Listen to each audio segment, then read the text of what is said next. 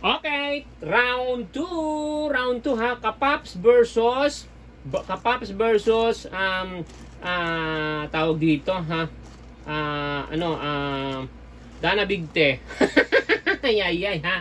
Ikaw ay hinahatulan ng kamatayan. Pag tumalsik ang ulo mo, ikaw ay uuwi na ng Pilipinas, pero ikaw ay himas rehas muna. Okay, bato pick ha. Bato pick ha. Bato pick. Bahala ka dyan, mukha mo ha.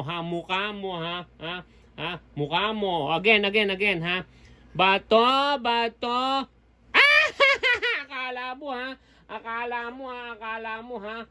Tawag dito, ano nga pangalan mo? Ikaw si tawag dito, si Girl Katas ha. Akala mo ha, nek mo. Eto, totoo na to. Ha? Bato, pick. Ay, panalo. Panalo ang Kapaps. Siyempre, Kapaps pare-parehas ha.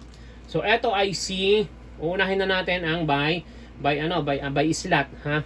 Tirahin mo, saksakin mo, Pichi. Saksakin mo dahil una naman siyang nanaksak sa likod. Ito ang sa Girl Katas.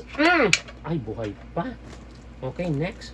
Ito naman ay si Ann. Ann, tirahin mo. Saksakin mo na Ann yan ha. Buhay pa. Ito naman ay si Lalabs Bebeng. Lalabs Bebeng ha, saksakin mo ha. Kasi ang sabi, hoy, kayo mga kapaps ha. Kayo mga kapaps ha, madali kayong utuin. Sabi ba naman? Ay, buhay pa. Ito naman si Yable ha. Sige, tirahin mo Yable ha. Ay, buhay pa. Ano ba yan? Pagkatapos ni Yable, ako na ito ha. Ako ito ha. Siyempre, ako ang bida dito eh. Dalawa ang itutusok ko sa kanya. Ayan dalawa dito at saka dito.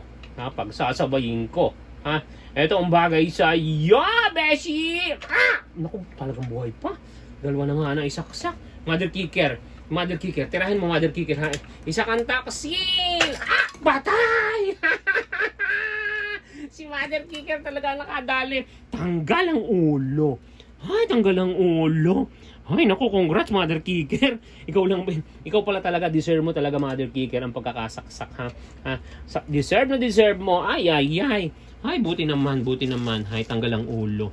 Ay, salamat. Bye, everyone. Bye for now. Mga katae.